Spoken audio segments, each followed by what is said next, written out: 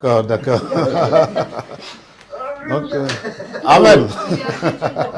Enseignant de formation et serviteur de Dieu par vocation.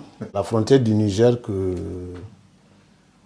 un samedi soir, pendant que je causais avec des amis, donc j'étais musulman d'abord, pratiquant. Et le seul pilier qui me restait dans l'islam, c'était la Mecque. J'étais très pratiquant parce que étant issu d'une famille, ma famille est l'une des plus islamisées, les plus pratiquantes de la ville où je suis né, Fadan Gourma.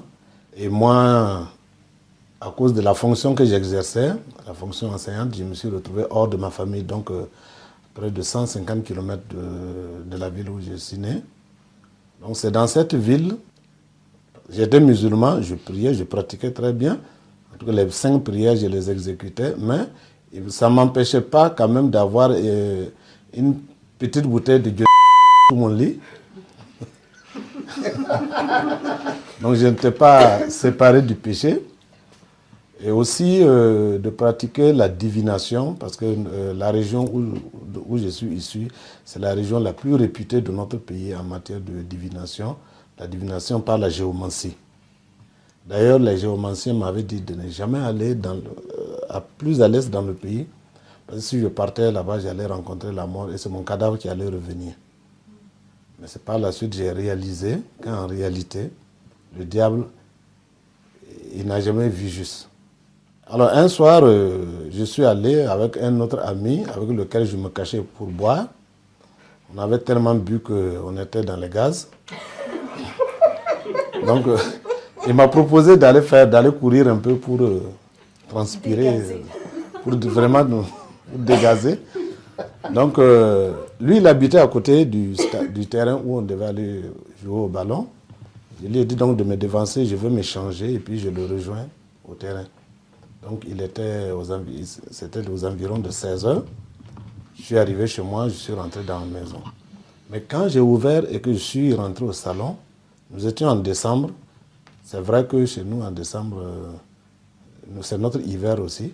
Donc les températures descendent un peu vers 15, 18, 20 degrés. Ah, mais chez nous c'est déjà l'hiver. Donc, c'est là, quand je suis rentré, vous savez, quand, je ne sais pas, peut-être vous n'avez pas les maisons en tôle ici, mais je sais que vous comprendrez. Puisque chez nous, les maisons, le toit est couvert avec des tôles. Donc, en avril, au moment où il fait très chaud, les températures montent vers 40, 42 degrés parfois. Donc quand les tôles se chauffent, il y a un bruit de détonation parfois qui se fait entendre. Donc quand je suis rentré, nous étions en décembre, et j'entends ce bruit de détonation dans le toit de ma maison. Et automatiquement, il y a une angoisse qui m'a envahi. Mon cœur s'est emballé, et je me suis dit, mais qu'est-ce qui se passait?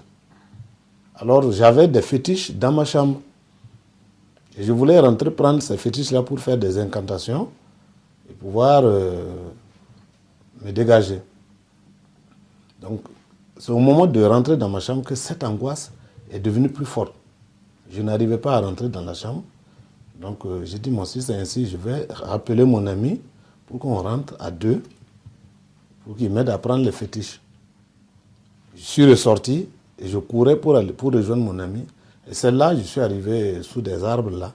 Il y a une voix qui s'est fait entendre du ciel. Cette voix était impérieuse, pleine d'autorité. Que quand elle a dit « arrête-toi », sans que moi je ne veuille, mon corps a obéi. Sans que moi je ne veuille m'arrêter. C'est-à-dire là, je n'ai pas commandé à mon corps de s'arrêter, mais mon corps a obéi à cet ordre. Je me suis arrêté, je ne comprenais pas. Et j'entends de nouveau, retourne dans ta maison. Alors je fais demi-tour, et je reviens dans ma maison. Mais cette fois-ci, je n'avais plus peur. L'angoisse était partie, toute la peur était partie.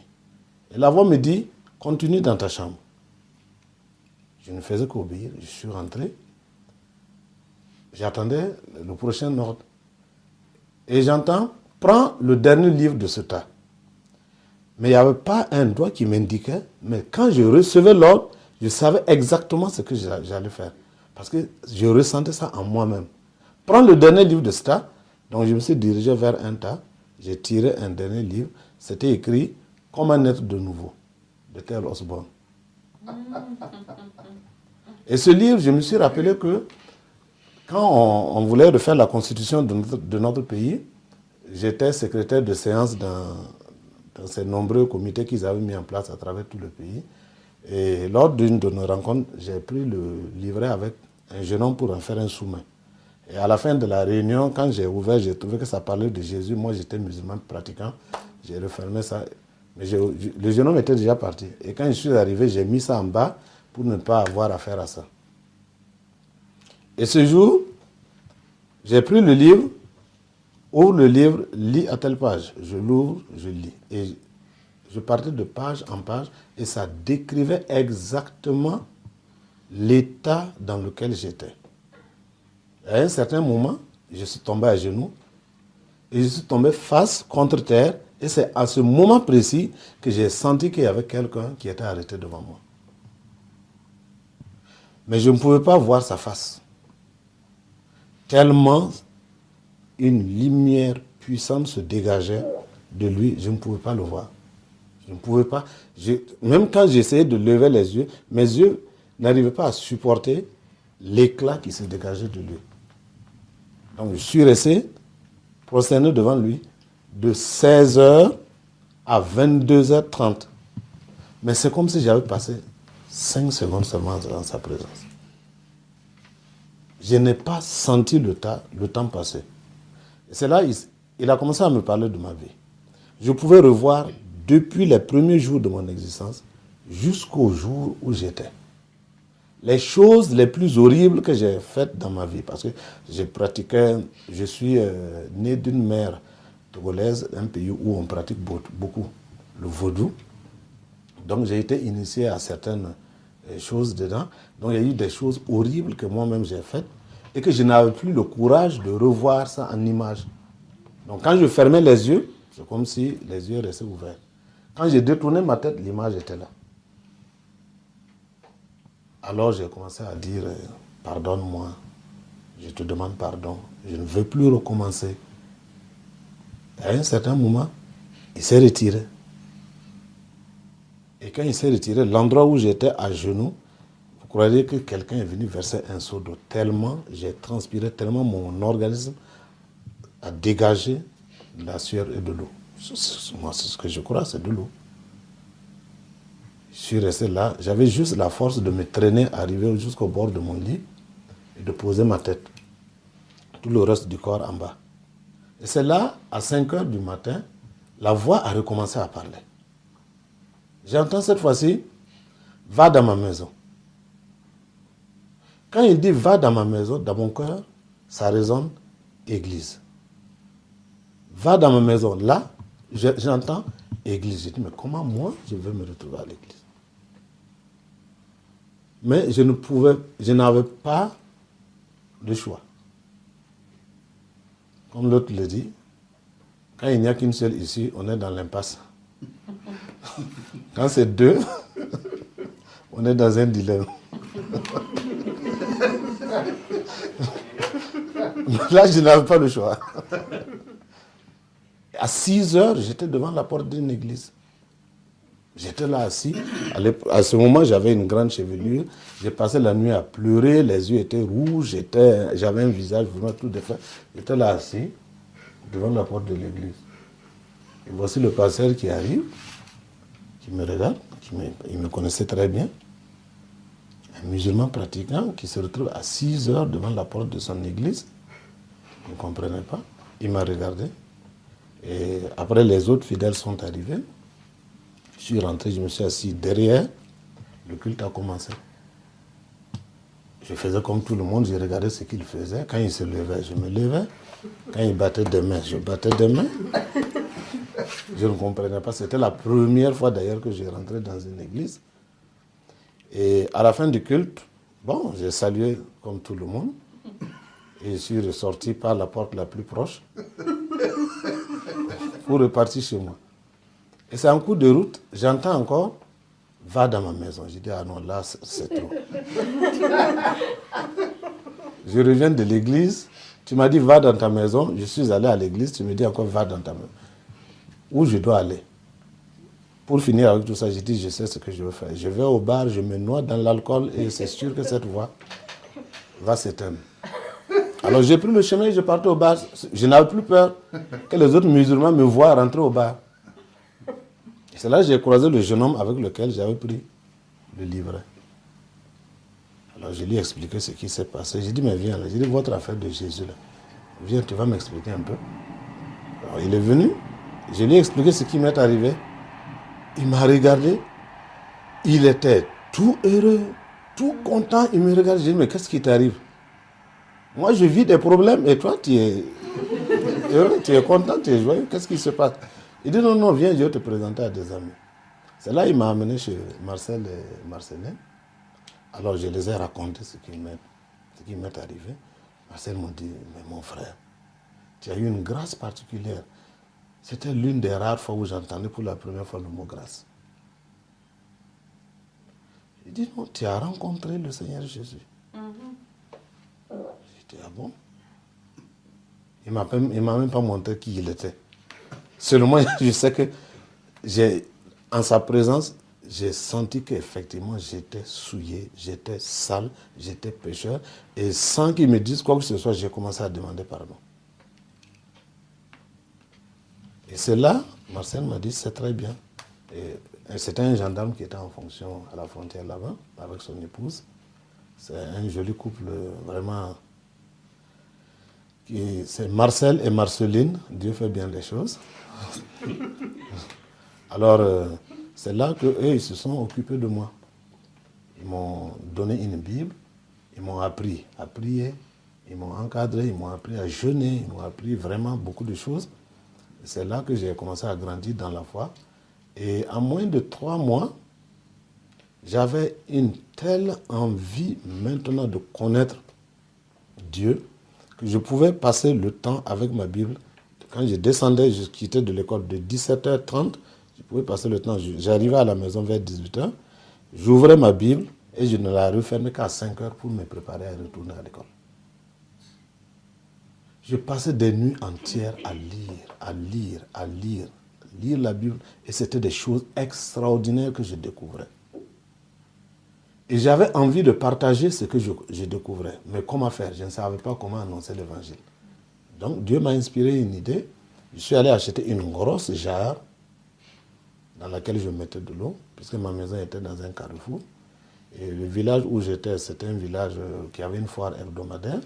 Donc beaucoup de gens venaient. Alors, j'ai acheté 2 gobelets et je m'asseyais à côté de la jarre avec ma Bible.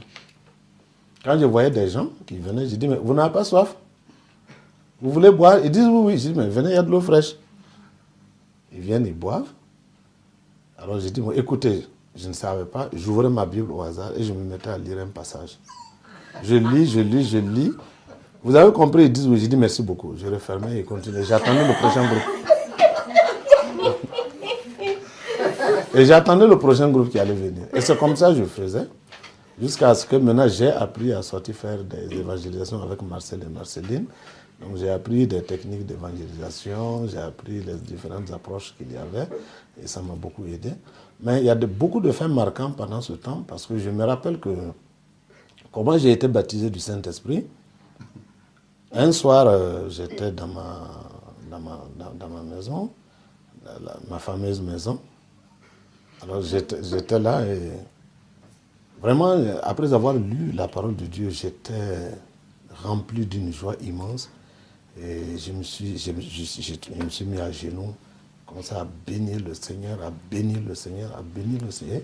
À un certain moment, les murs de ma maison changeaient de couleur. Il y a une lumière qui a commencé à envahir ma maison et toute la chambre dans laquelle j'étais était toute blanche de lumière. Et c'est en ce moment, quand j'ai ouvert la bouche pour parler, je ne comprenais plus ce que je disais.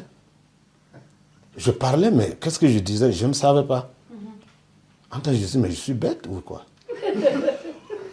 Mais j'avais du plaisir quand même à parler. Et je parlais, et je continuais de parler. Et à un certain moment, J'étais poussé à parler davantage et davantage, et je continuais. Et maintenant, je ne voulais pas que les autres frères sachent ce qui m'est arrivé. Parce que je ne comprenais pas ce que c'était. Et je ne voulais pas que les autres sachent non plus ce qui m'est arrivé. Donc quand on se retrouvait, on priait. Dès que je sens qu'il y a quelque chose qui monte, je ferme la bouche et je suis là. Et jusqu'au jour où, sans que je ne sache, je me suis mis à parler. Et Madame Nana a reçu l'interprétation. Elle dit, mon frère, tu es baptisé du Saint-Esprit. Il dit, ah bon. C'est donc ça. C'est donc ça. Donc, c'est comme ça. Et j'ai évolué, vraiment, c'était la grâce de Dieu. Jusqu'au soir où, après avoir fini encore de prier, je me suis couché. Dès que j'ai tiré la couverture sur moi, j'étais encore dans mes gloires à Dieu, que ton nom soit béni. J'ai vu le toit de ma maison qui partait d'un côté. Alors là, j'ai regardé, j'ai dit, qu'est-ce qui se passe encore? Et je regardais, j'étais couché, je ne dormais pas, ce qui est curieux. Je ne dormais pas, je n'étais pas assoupi et rien. Mais j'ai vu le toit de ma maison qui est parti de côté. Et je voyais les étoiles. Mais là, ah oui, il y avait de quoi quand même me faire passer à une table de multiplication qui n'existait pas. Alors j'étais là et après il y a une sérénité quand même qui m'a envahi. J'étais là, je regardais. J'ai vu une étoile qui a quitté plus haut que les étoiles que j'avais devant moi, qui est venue comme une étoile filante. Et quand elle est arrivée au niveau des étoiles que je voyais, leur éclat est devenu comme des braises. Elle ne brillait plus, mais elle était devenue rouge. Et cette étoile a continué jusqu'au-dessus de ma maison. J'étais là, je regardais. Et c'est là, quand elle est arrivée, elle a commencé à briller. Son éclat s'est augmenté, ça s'est multiplié. C'est devenu, je ne sais pas, 100 fois, 1000 fois plus brillant. Et c'est là que j'ai pu distinguer que c'était une couronne. Une couronne qui était là et je regardais. Il y a une goutte de sang qui a quitté la partie supérieure de la couronne pour tomber. Et quand elle est arrivée juste à la base de la couronne, elle s'est arrêtée là-bas et elle s'est mise à écrire. Je te prépare pour une grande mission. J'ai regardé, je me dit, mais qu'est-ce que ça veut dire? Et c'est resté là un instant. Après, et la couronne et les écritures se sont retirées et c'est reparti. Et le toit de ma maison est revenu.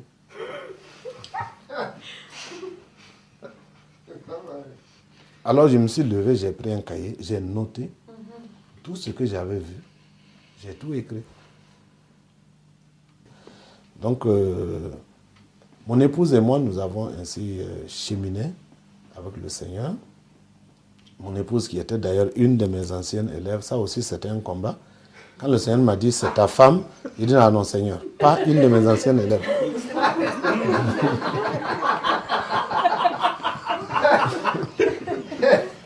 Et parce que les relations risquent d'être les relations entre un enseignant et son élève plutôt. Ah non, non. Seigneur, quand je prie, je dis, Seigneur, qu'est-ce que je dois faire? Et quand le Seigneur me donnait une image où j'étais en train de travailler, souvent je me vois en train de prier. La première vision que j'ai eue, c'est que j'ai vu des gens qui étaient couchés sous des arbres fruitiers, dont les branches pendaient, les branches même allaient se rompre parce qu'ils étaient chargés de fruits. Et tous ceux qui étaient couchés sous ces arbres étaient malnutris, ils étaient tous maigres et ils mouraient de faim. Et j'étais chargé de les relever et de les faire manger ces fruits afin de reprendre vie. Et je priais pour leur bénédiction. Et pendant que j'étais en train de prier, j'entends derrière moi Amen, dans la vision. Et quand je me retourne, je trouve que c'est elle. Pour moi, peut-être le Seigneur avait un travail pour nous deux. On allait travailler certainement ensemble. Et non, c'était autre chose. Jusqu'au jour, j'ai dit au Seigneur, s'il te plaît, que je te serve sans femme, que ta volonté soit faite. Et la même nuit, le Seigneur... Et la même nuit, le Seigneur me montre en train de marcher au bord en train de marcher sur une plage. Je vois une jeune fille qui vient vers moi, qui tend ses deux mains et elle me dit, je t'offre mon amour, je te l'offre tout entier. Et c'est en ce moment qu'une eau a quitté le ciel et s'est déversée sur nous. Alors là, et quand je me suis réveillé, c'est bizarre, je pouvais ressentir encore les effets sur mon corps. Mais je n'étais pas convaincu. J'ai dit, Seigneur, si c'est elle que tu me donnes, qu'elle vienne chez moi et qu'elle pose un acte qui symbolise la vie d'un couple. Alors, elle a quitté le collège, elle est passée chez moi, elle dit à mon frère, qu'est-ce qu'il y a? Ta maison est sale? Elle prend le balai, elle balaye. Les assiettes sont sales, elle fait la vaisselle. Elle prend mes habits, elle lave, elle repasse et elle ramène. Je m'assois encore, je dis, Seigneur, est-ce que c'est vraiment elle? Alors là, j'ai entendu une voix qui dit, incrédule, n'as-tu pas demandé des signes? Alors,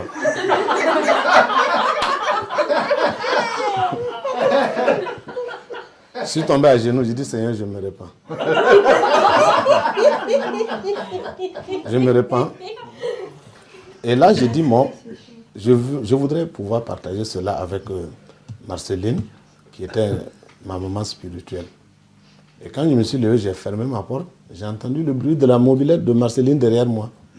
Elle est arrivée, j'ai dit, ah tiens, je venais chez toi. Elle dit, non, je viens chercher ce que le Seigneur t'a dit. Il dit, toi aussi, tu étais au courant alors.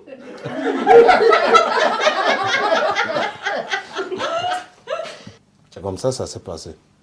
Mais pendant qu'on préparait le mariage, un soir, la veille du mariage du moins, quand nous sommes, Marcel, Marceline et moi et Esther, nous sommes allés parce que le maire voulait nous rencontrer avant. Quand nous sommes revenus, on a vu, chez nous on a des bassines là pour la lessive. On a vu 3 bassines de lessive là, remplies de poissons. Des capitaines qui avaient cette longueur, des carpes qui avaient cette taille, bien nettoyés et propres, dans des plats neufs. On demande qui a amené cela. Les enfants nous disent que c'est 3 hommes qui les ont amenés à vélo. Quand ils sont arrivés, ils ont demandé si c'est ici qu'il y avait le mariage. On a dit oui. Donc ils ont dit de venir, qu'on les a envoyés de venir remettre le poisson. Donc là, on a fait bonne chère. Hein? Ouais. Et à la fin du mariage, Esther a nettoyé les plats, on a posé, on attendait que les propriétaires reviennent pour que quand même on sache qui a envoyé le poisson. Un soir, on sort, on revient. Ils nous disent que ceux qui avaient amené les plats là sont venus les prendre. Il dit, mais ils sont venus comment? Ils sont venus à vélo. Mais devant chez moi, c'est du sable. Je ne trouve aucune trace de vélo. Je suis allé au campement de pêche. Je suis passé famille par famille. Personne n'a envoyé le poisson. Je suis allé à un campement plus loin, à 11 km. Je suis passé famille par famille. Je n'ai pas trouvé celui. Et jusqu'à aujourd'hui, je ne sais pas qui a envoyé le poisson. Mais je sais, parce que je sais. Wow.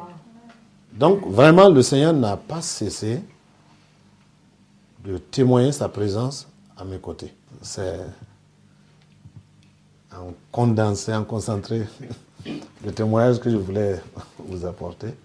Et que Dieu vous bénisse de m'avoir donné l'opportunité, l'occasion de le faire.